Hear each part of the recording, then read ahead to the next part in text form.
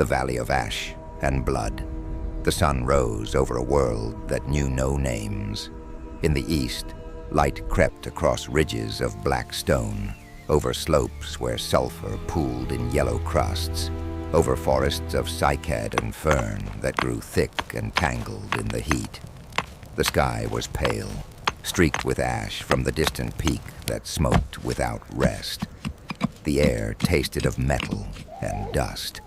In the valley below, steam rose from fissures in the earth, twisting upward like breath from some buried throat. The group stirred as the heat climbed. They were 12 in number, men, women, young ones, still learning to move without stumbling.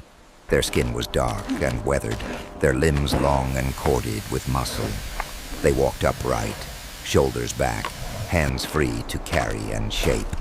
Their faces were broad, their brows heavy, their eyes deep and watchful. They did not speak as the day began. There was no need. The women moved first. One knelt beside a circle of stones where embers still glowed from the night before. She fed the fire with dry grass, then with twigs, then with branches. Smoke rose in a thin column. Another woman brought meat, stringy, dark, cut from something killed 2 days before. She laid it on flat stones near the flame. The smell changed the air. The young ones came closer, watching, waiting. The men stood at the edge of the clearing, scanning the tree line. One of them, older, scarred across the chest, gestured with his chin toward the rise beyond the trees. Another nodded. They moved together, carrying stones shaped with care. Sharp edges, smooth grips, weight balanced for striking. The morning passed in silence. By midday, the group began to move. The elder male led them away from the clearing, through the forest, where shadows pooled beneath broad leaves, where insects droned in thick clouds. They moved toward the warm zone, a place they avoided, a stretch of valley where the earth breathed heat through cracks in the stone, where pools of water bubbled and hissed, where plants grew larger and stranger than anywhere else. The elder stopped at the edge of the zone and raised one hand. The others halted. They stood still, listening. The sounds were wrong, too loud, too deep, too much movement in the undergrowth. The young ones shifted uneasily. One of the women made a low sound in her throat, a warning. The elder stared into the shimmering heat, weighing risk against hunger. Then he stepped forward. The ground beneath their feet was warm. Steam rose in thin wisps from cracks between stones. The plants here were taller than a man, their leaves thick and waxy. The air felt heavy, hard to breathe. Then one of the women stopped. She pointed. Ahead, half hidden in a cluster of ferns, something massive rested on the ground. It was white, smooth, larger than any stone they had ever moved. The surface caught the light strangely, reflecting it back in soft, uneven patterns. The shape was wrong, too round, too perfect, too still. The group gathered around it, silent. The elder crouched low and reached out one hand. His fingers touched the surface. It was hard, but not cold. He pressed harder. Nothing happened. He circled the object, studying it. It was as tall as his waist, broader than his shoulders. He sniffed the air. There was a smell, faint but present. Something alive, something waiting. One of the younger males stepped forward. He carried a heavy stone, gripped in both hands. He looked at the elder.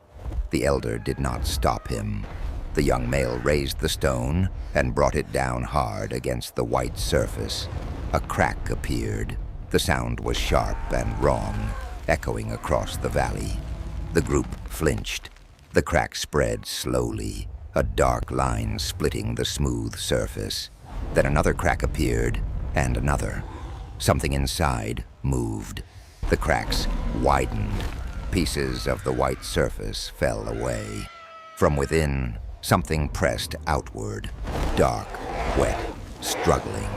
The smell grew stronger, sharp, animal, raw. The group backed away, their bodies tense, their eyes locked on the thing emerging from the broken shell. It was small at first, folded in on itself, slick with fluid. Then it unfolded. Limbs, thin, too long, covered in dark fuzz. A body narrow and segmented, a head with eyes too large, too bright, too aware. It moved in jerking motions, testing its limbs, shaking off the remnants of the shell. It made no sound. It stared at the group with eyes that gleamed like polished stone. Then it ran. It moved faster than anything its size should move, darting across the ground in a blur of motion. The group scattered. One of the women screamed, a high, wordless sound. The creature vanished into the undergrowth, leaving only the broken shell behind.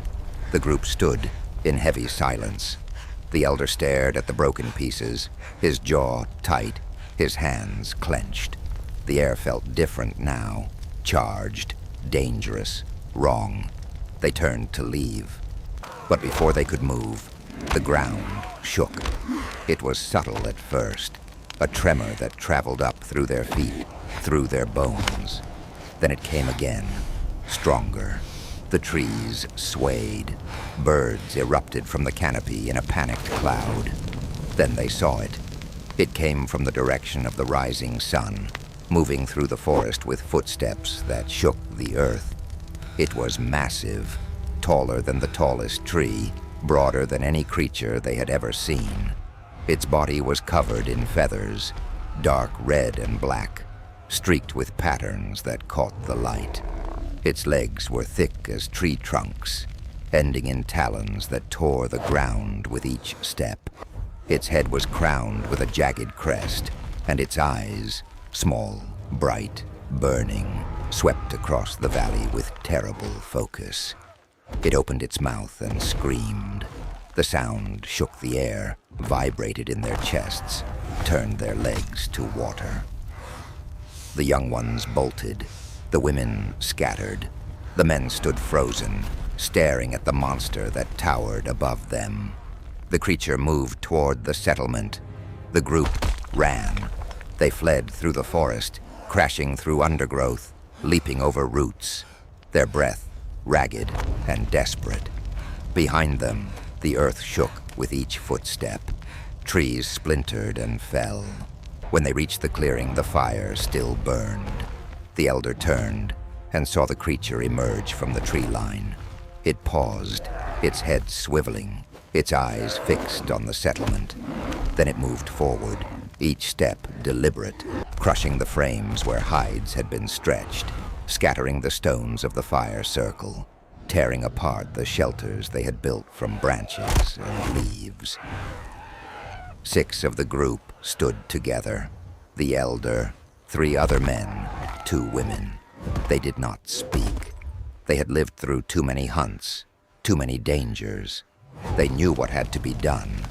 They moved toward the fire and grabbed burning branches. They advanced together, holding the flames high, shouting, wordless, primal, defiant. The creature hesitated. Fire was danger. It stepped back, its head tilting, its eyes fixed on the flames. One of the women broke away from the group. She ran forward, alone, her branch held high, her voice rising in a scream that cut through the air. The creature turned toward her. She did not stop. She ran straight at the massive legs, swinging the burning branch at the feathered limbs. The creature struck. Its beak came down like a spear, piercing her chest, lifting her from the ground. She did not scream. The creature shook its head and flung her aside, but the branch had fallen against its leg. Feathers caught fire. The creature screamed and staggered backward, shaking its leg, trying to extinguish the flames. The others surged forward. They thrust their branches at the creature's body, at its face, at the burning leg. The smell of scorched feathers filled the air. The creature thrashed and screamed, its movements wild and desperate. Then it turned and fled. It crashed back into the forest, trailing smoke and blood, its screams echoing across the valley. The group stood in the ruins of their settlement, chests heaving, faces streaked with ash and sweat. Only 3 remained standing, the elder, 1 man, 1 woman. Around them lay the bodies of the others, crushed, broken, still. The fire had gone out. The shelters were destroyed. The valley was silent. The 3 survivors stood together, saying nothing. The sun was setting now, casting long shadows across the ruined clearing. The sky was the color of blood. They did not bury the dead. They could not stay. They gathered what little remained. A few stones, a strip of dried meat, a scrap of hide. Then they turned and walked away, leaving the valley behind, leaving the broken shell, leaving the memory of the creature that had come from the egg. They walked through the night and into the next day, moving without rest. They found others eventually, another group, distant kin who recognized them by sight and gesture. They were taken in, and though they could not speak of what had happened, they showed it. The elder traced shapes in the dirt with a stick, a circle, a crack, a creature with long limbs and burning eyes. The others watched in silence. The fear in the elder's eyes was real. The tension in his body was real. The others understood enough. The valley was never visited again. Generations passed. The story became gesture, became movement, became a dance performed around fires when the night grew too dark. No words were needed. The fear was enough. The memory lived in the body, in the blood, in the way hands moved when warning of danger. A legend was born without language, and the valley, silent, empty, ash-covered, remained behind, waiting beneath an indifferent sky.